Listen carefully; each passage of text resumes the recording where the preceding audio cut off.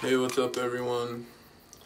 Thank you, all of my supporters. You guys are amazing, and I love you guys.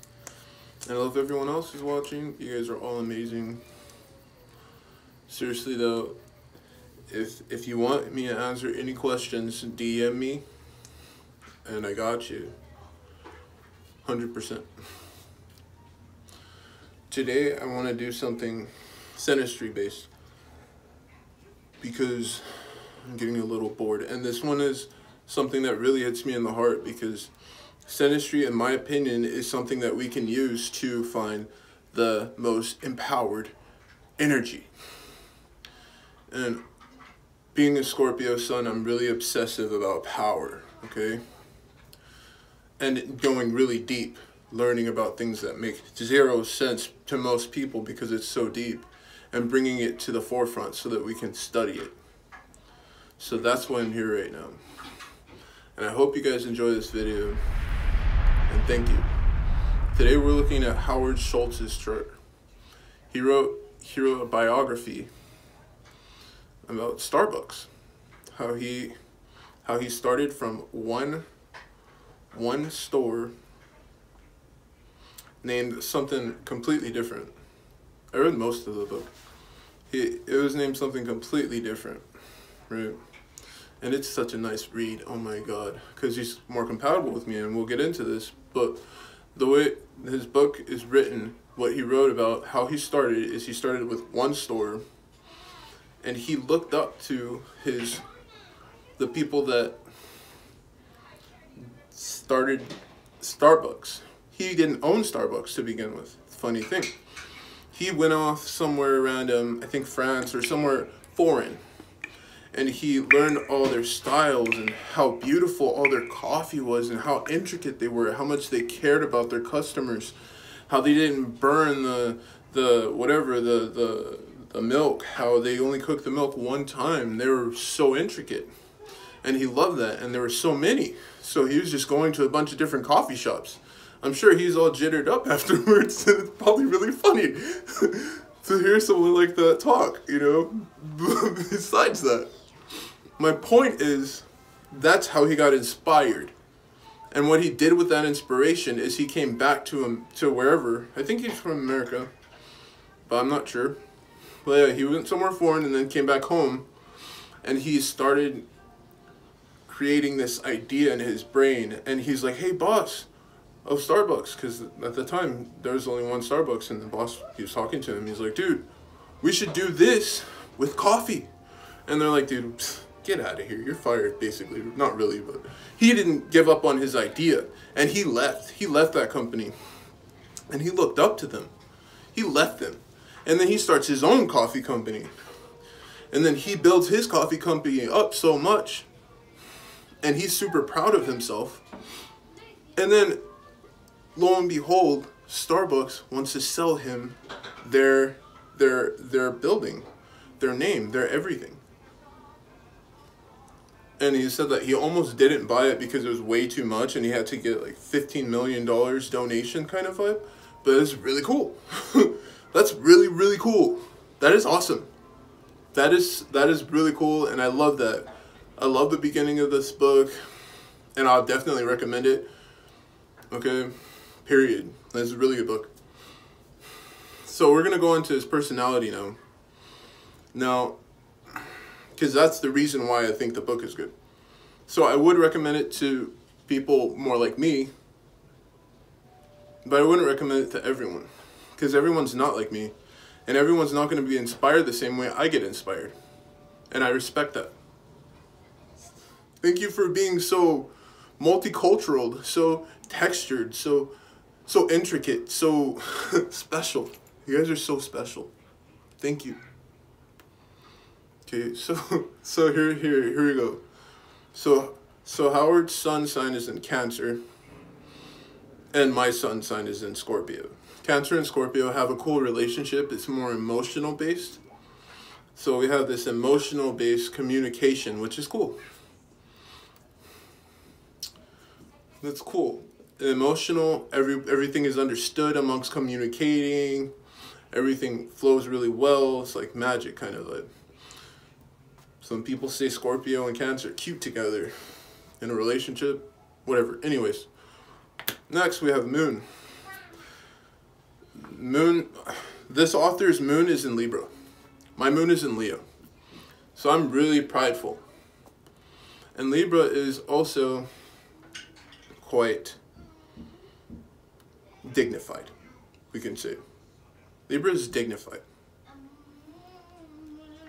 And that's why pride and dignity do line up pretty well. So that's why that's cool, moon-wise. Okay? So yeah, moon. So moon, yeah, dignity and pride, they line up really well. Okay, next we have Mercury. Mercury and Leo. Retrograde. Not sure if that really affects me. Post in the comments or let me know what you think.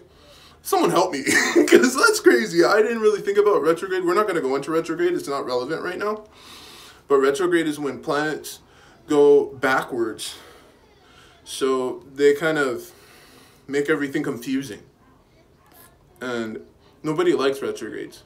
But I personally don't have any affinity for it. I've never been affected by it emotionally or mentally. And this author is really cool for me, in my opinion. Right now in my life, I was super inspired by what I read so far, and I'm gonna finish this book because it's so cool.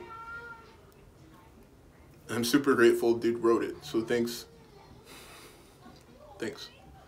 So in 2019, worldwide,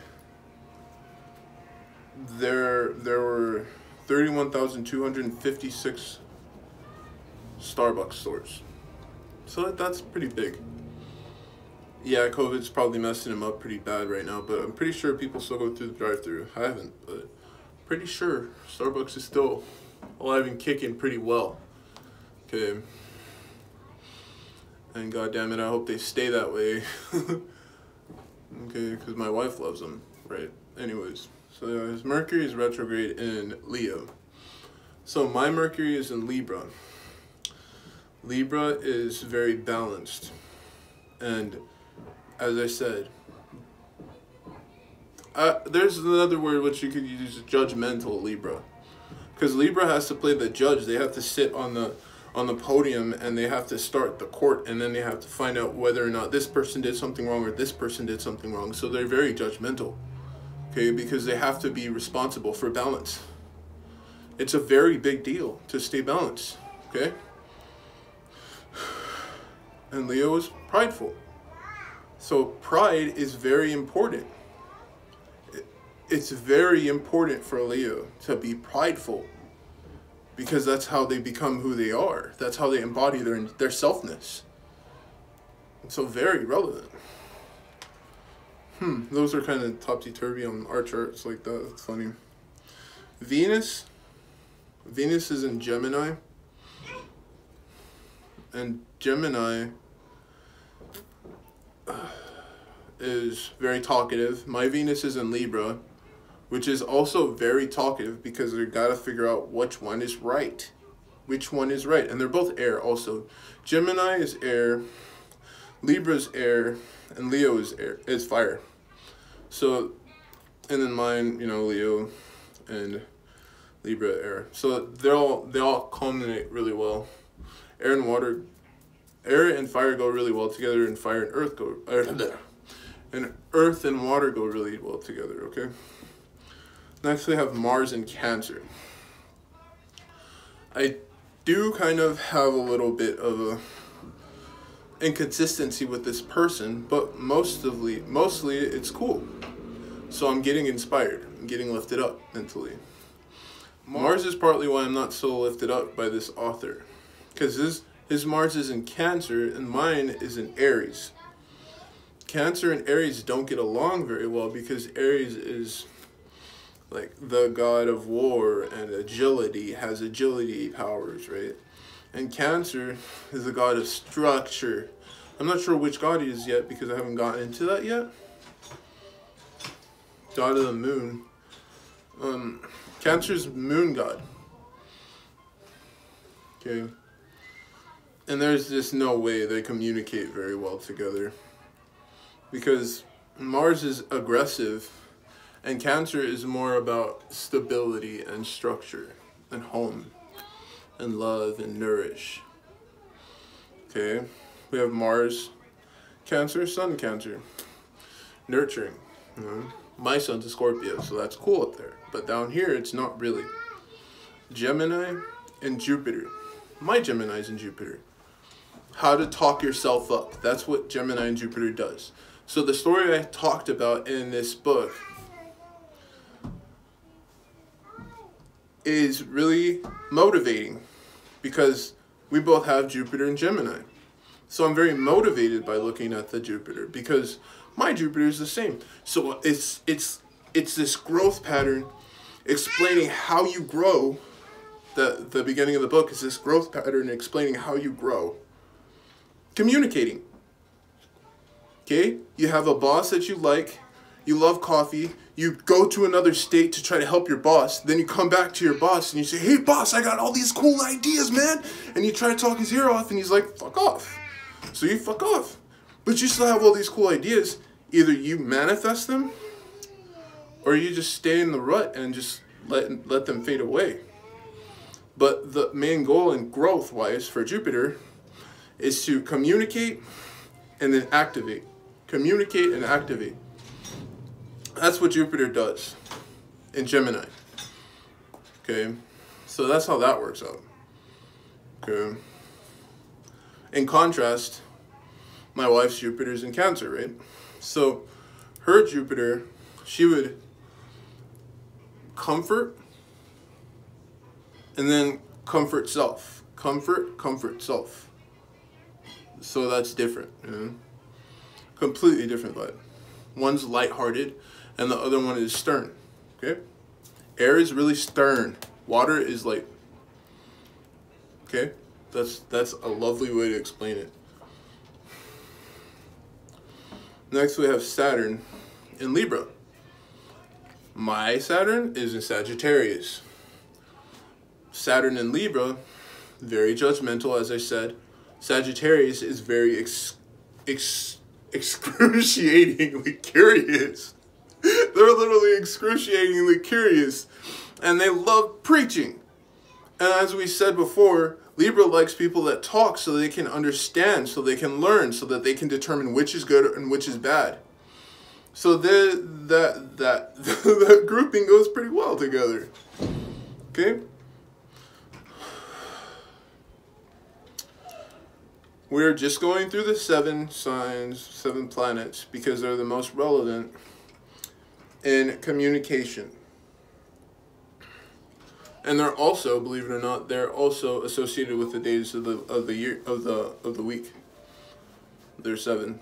There's 7 of these signs: Sun, Moon, Mercury, Venus, Mars, Jupiter, Saturn. Sun, Moon, Mercury, Venus, Mars, Jupiter. Okay. And then there's 7 days of the week. These are the closest planets to us, and that's why I always associate them, because they're the ones that make the biggest influence. The other ones do make an influence, but they're going to make an influence in the long term. Right now, we're thinking short term. What I was thinking was, what book could I read so that I could feel better about my life? So I could feel better about my perspective. So I can make myself feel stronger. So I could be strong, you know, build myself up. That's what I was thinking. And this is going to help. I just get to find time to read the rest of it. Which is awesome, because I have a lot of stuff to read, and that's awesome too. So that's cool. If you want a good book for you to read, hit me up, and I'll do a crap load of research. It literally takes a lot of time to find out what author is really compatible with you. So you got to tell me at least, you have to tell me at least what author, what kind of authors you like. Like, do you like fiction, nonfiction? Do you like action? Do you like biographies? What do you like? Okay?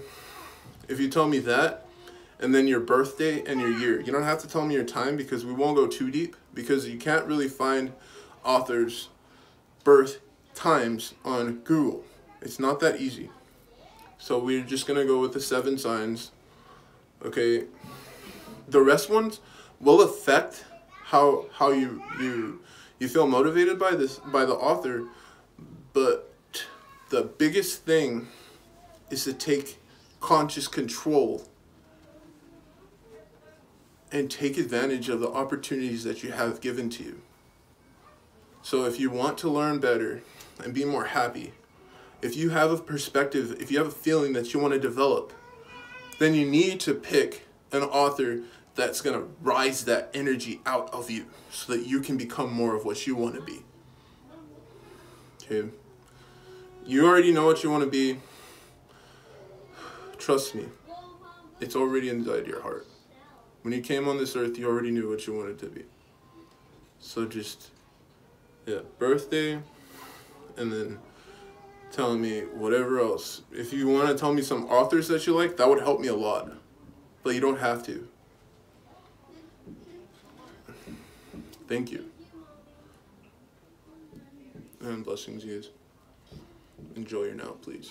Please enjoy your now.